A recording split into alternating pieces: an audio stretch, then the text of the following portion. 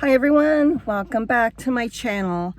Today we're in the car and I'm doing a little bit of running around for some paperwork, and I thought maybe this is something that someone else can learn from.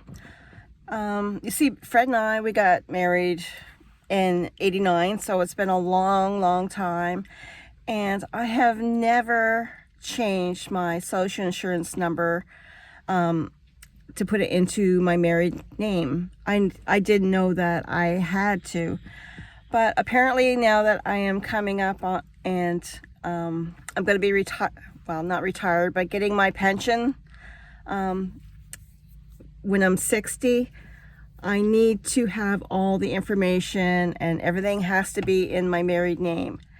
And I'm telling you, what a time I'm having trying to change my last name, my maiden name, into my married name. I've tried so many times and no way, no how, it's denied every time. So, and the only reason being, I think, is because I cannot find information. I've never had a piece of paper that says both my parents' names or even one parent's name on my birth certificate. And I do have the small form and I do have a long form, but there's no parents' names on it. Hence, it's denied. And without it, I cannot get my pension. And that would really suck. So we're going to go to the records place at the hospital and see what we can come up with.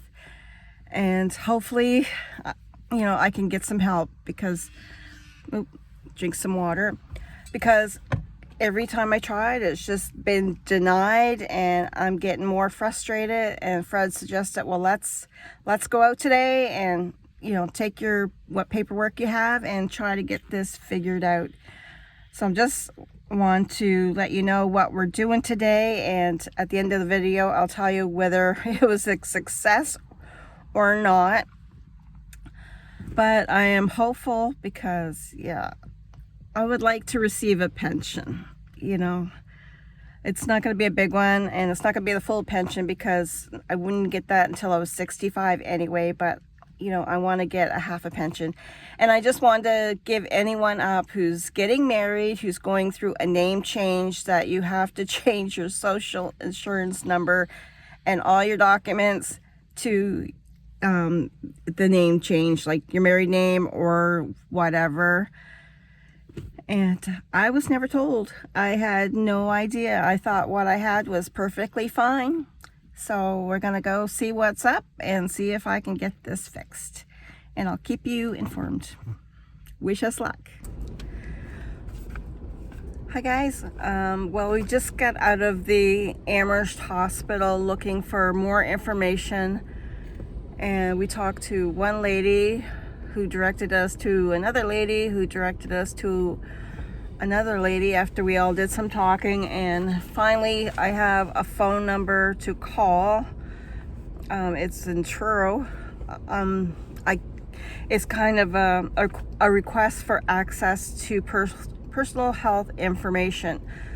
My parents have been dead a long time, and apparently my birth record would have been on my mom's chart, and she's been gone since 99. So, and they get rid of everything after 10 years after a person has died. So I have this number of a lady to call. Her name's Carol, and I got to talk to her and see if she could figure things out for me. And I have this thing to fill out and mail it to her probably, or I don't know. I'm really hoping someone can help me, but this is a pain, and I hope nobody else has to go through this. It's a whole process, a really long process, just to get information to change a name on my social insurance. So anybody who is getting married, who's planning a name change, a last name change, heads up, you got to do everything. You got to, not wait all these years like I have. I just had no idea that I had to change the last name on my social insurance number. I've used it all my life. Nobody has ever said anything. I mean, the number's not going to change. It's just the last name on my card that has to change in order for me to get my pension. So it's a process. So what I gotta do, I just gotta go home and get in touch with this lady and talk to her about everything and see if she can help me. And I don't know if I'm gonna have that information today or not, but regardless, I'll keep you updated and see what happens. Okay, wish me luck. I am back and I have amazing news. I'm so happy. We got it all figured out. Fred decided we're going to try out one more place, and that's Service Canada. And they're the ones that help get your pension going anyway. And no, I don't need all this information. I don't need to contact that other woman. It is done.